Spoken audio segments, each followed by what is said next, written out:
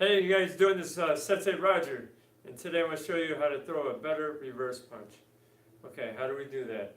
Well, first it's in the delivery. Here's one of the things that a lot of people have done, I've done myself too, is experience when I'm throwing the reverse punch, I turn too soon, and then I end up getting ran down and have no power.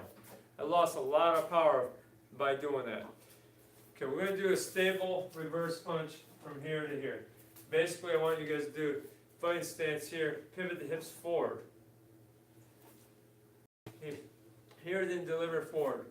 But before we totally get into this video, I also want to do a short disclaimer. Training in the martial arts can be hazardous. There's a risk of injury or, in rare cases, death. With that knowledge, while you're training this video, with the contents that you're learning here, if you injure yourself, you hold all responsibility of that injury or risk of injury. All right, let's go here. Fighting stance here. We're going to turn, then throw the punch. Let's do it again. Pivot, then throw the punch. We can be in a hard bow stance. I wouldn't go real deep like this unless I needed to. Someone's coming in real hard, I might need to step back a little more. That's one thing you want to work on there, is pivot, throw that punch. Pivot, throw the punch. Okay, now, where's that punch should be lined up at? Center line of your body. If I'm here, when I turn, it should be center line of my body, right here, down the middle. That's where that first knuckle should be lined up at, is at that center line. Pivot. Now from here, see, I bring my hand out. I don't want to go overextending like that. When we come around and turn it all the way like that, that's when you start hyperextending that elbow. I've done that on many occasions. I pop that elbow and it really hurts. Then you can start getting like tension. We don't want that. Turn, just reach out. You don't need a full extension. Just turn it just a little bit like I'm pointing. Reach out, point. This is a good way to learn to throw that punch. Be more natural with it right now. You don't have to go super fast. Just turn, point. Point. You, right there. Turn it down here now. Point. We don't want to go like this and overextend that elbow. If I'm here, see how my hand is coming like a square punch, and then I turn my wrist just a little bit. And that is going to be a better reverse punch is if you turn it just like that. Okay, now when you hit the bag here, we don't have to always hit the bag real hard, go for hard. Start slow, get used to making contact with that turn. Now push, even. Well, when you do the punch, just get used to doing it slow. I always say hit that first knuckle. I've been called a liar on that before. Oh, that's a lie.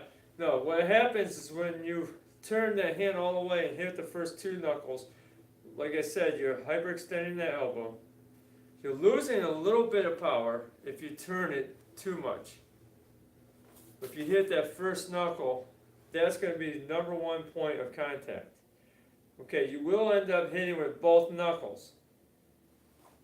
But I do want to make number one contact right here on the first knuckle. I don't want to go straight together like this. I'm going to reach up, touch with that first knuckle, and bring it in. That is going to improve your reverse punch just by practicing that with that twist there.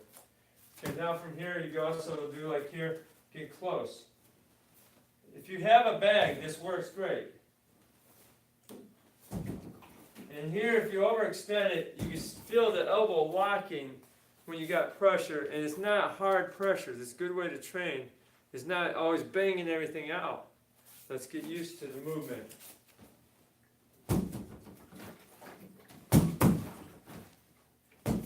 Another way to do is training if you have like stretchy bands.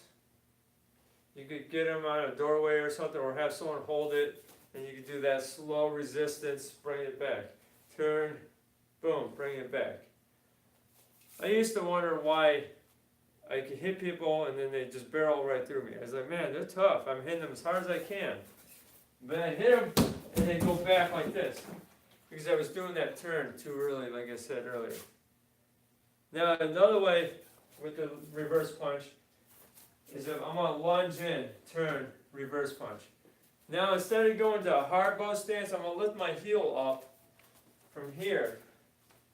And there's your soft bow, here's the hard bow. Soft bow. Now if I'm moving forward, advancing to my opponent, I'm going to end up stepping, turning, going that soft bow, and then deliver the strike. I don't want to start the strike, then move. One thing is you detail exactly where you're going. Another thing is when